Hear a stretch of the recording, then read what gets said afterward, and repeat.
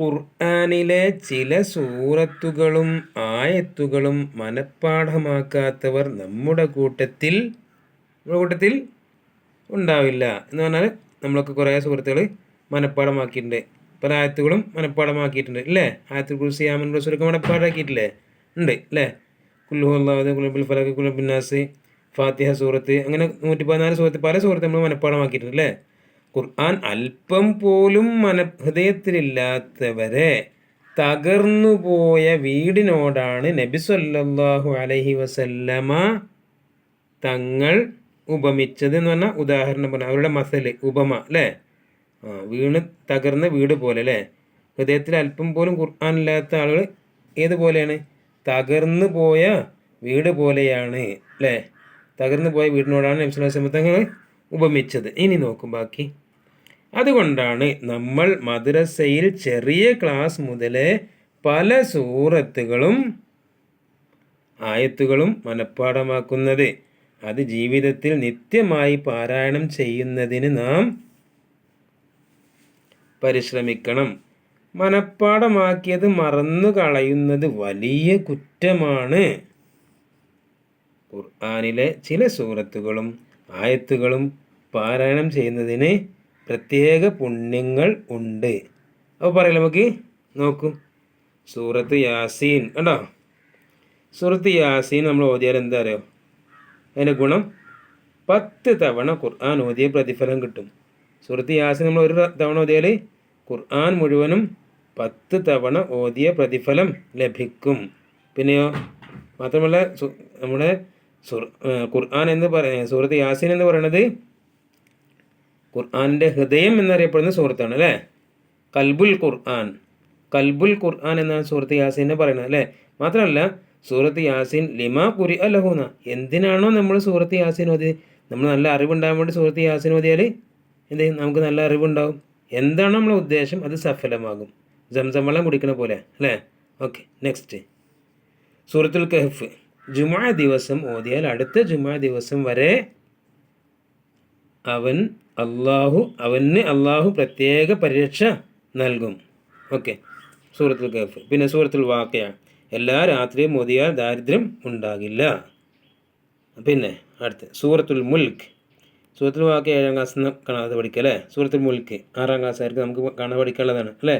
എല്ലാ രാത്രിയിലും ഓതിയാൽ ഖബർ ശിക്ഷയിൽ നിന്ന് ഒഴിവാകുകയും അതിൻ്റെ ഷഫാഅത്ത്, സൂറത്തുൽ മുൽക്കിൻ്റെ ഷഫാഅത്ത് ലഭിക്കുകയും ചെയ്യും. പിന്നെ ഖുർആൻ ഓതുന്ന ആളുകൾക്ക് ഖുർആൻ ശുപാർശനായി വരും അല്ലേ? പിന്നെ സൂറത്തുൽ ഇഖ്ലാസ്, ഖുൽ ഹുവല്ലാഹു അഹദ് സൂറത്ത്, ഖുർആനിൻ്റെ 1/3 സുലുസുൽ ഖുർആൻ എന്ന് പറയുന്ന സൂറത്താണ് അല്ലേ? 10 തവണ ഓതിയാൽ അള്ളാഹു സ്വർഗത്തിൽ ഒരു വീട് നിർമ്മിച്ചു തരും അല്ലേ? ഒരു ദിവസം നമ്മൾ എന്ത് ചെയ്യാം? 10 വട്ടം ഓതുക, അപ്പോൾ ഒരു വീട്. അപ്പോൾ 20 വട്ടം ഓതിയാലോ 2 കൊട്ടാരം കിട്ടും. 30 വട്ടം ഓതിയാലോ 3 കൊട്ടാരം കിട്ടും. മനസ്സിലായോ? ഓക്കെ. പിന്നെ ആയത്തുൽ കുർസി. വീട്ടിൽ നിന്ന് പുറത്തു പോകുമ്പോൾ ഈ ആയത്ത് പാരായണം ചെയ്താൽ, ഈ ആയത്ത് ഓതിയാൽ പാരായണം ചെയ്താൽ തിരിച്ചെത്തുന്നത് വരെ അള്ളാഹുവിൻ്റെ സംരക്ഷണത്തിലായിരിക്കും. പിന്നെയോ ആമനുർ റസൂൽ. ഈ 2 ആയത്തുകൾ ആരെങ്കിലും രാത്രിയിൽ പാരായണം ചെയ്താൽ അത് എല്ലാറ്റിനും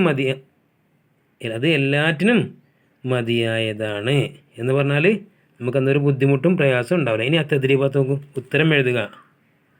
ഒന്നെന്താ? ഖുർആനിൽ നിന്ന് അല്പം പോലും ഹൃദയത്തിലില്ലാത്തവരെ നബി സല്ലല്ലാഹു അലൈഹി വസല്ലം തങ്ങൾ ഉപമിച്ചത് എന്തിനോടാണ്? തകർന്നു പോയ വീടിനോട്.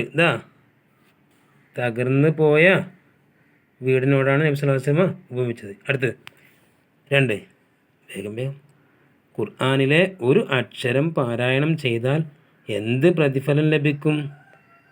10 ഇരട്ടി പ്രതിഫലം ലഭിക്കും അല്ലേ?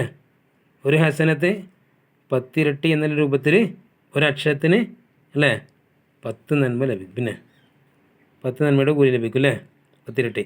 3, അവർ അള്ളാഹുവിൻ്റെ സ്വന്തക്കാരാകുന്നു. ആര്? ഖുർആൻ പതിവായി ഓതുകയും നിത്യമായി ഖുർആൻ ഓതുന്ന ആളുകൾ അല്ലേ? അതിൽ ഖുർആൻ. പിന്നെ പിന്നെന്താ 4 ഖുർആൻ ഓതുന്ന മുഅ്മിനെ നബി സല്ലല്ലാഹു അലൈഹി വസല്ലം തങ്ങൾ ഉപമിച്ചത് എന്തിനോടാ? ഉത്തുറുജ്ജത്ത് അല്ലേ? മധുരമുള്ള നല്ല ടേസ്റ്റുള്ള ഫ്രാഗ്രൻസിലെ സുഗന്ധമുള്ള ഓറഞ്ചിനോട് അല്ലേ? പിന്നെന്താ 5 തകർന്നു പോയ വീട് പോലെയാണ് എന്ന് നബി സല്ലല്ലാഹു അലൈഹി വസല്ലം തങ്ങൾ ആരെക്കുറിച്ചാണ് പറഞ്ഞത്? ഹൃദയത്തിൽ അല്പം പോലും ഖുർആൻ ഇല്ലാത്തവർ. ഇവിടെ അല്ലേ? ഖുർആനിൽ നിന്ന് അല്പം പോലും ഹൃദയത്തിൽ ഇല്ലാത്തവരെ. ഒന്നാമത്തെ ചോദ്യം 5-ാമത്തതിൻ്റെ ഉത്തരാണ് അല്ലേ? ഇനി അഞ്ചാമത്തെ ചോദ്യം 1-ാമത്തെ ചോദ്യത്തിൻ്റെയും ഉത്തരമാണ്. മനസ്സിലായില്ലേ? ഓക്കെ, ഇനി കഴിഞ്ഞില്ലേ? യോജിച്ചത് എഴുതുക. നോക്കൂ, അടുത്തത് നോക്കൂ. ഖുർആൻ്റെ 1/3 പറഞ്ഞ സൂറത്ത് ഏതാ? സൂറത്തുൽ ഇഖ്ലാസ് അല്ലേ? അടുത്തത് പതിവാക്കിയാൽ ദാരിദ്ര്യം നീങ്ങും. ഏത് സൂറത്താ? സൂറത്തുൽ വാഖിയ. അടുത്തത് ജുമാ ദിവസം ഓതുന്ന സൂറത്ത് ഏതാ? സൂറത്തുൽ കഹ്ഫ്. 10 പ്രാവശ്യം ഓതിയതിന് തുല്യമാണ് ഇത്. സൂറത്ത് യാസീൻ ഓതിയാൽ ഖുർആൻ 10 പ്രാവശ്യം ഓതിയതിന് തുല്യമാണ് അല്ലേ? മനസ്സിലായോ? ഏതാണ്? സൂറത്ത് യാസീൻ. 4-ാമത്തെ ഉത്തരം സൂറത്ത് യാസീൻ. ഓക്കെ അല്ലേ? യോജിച്ചത് എഴുതണം.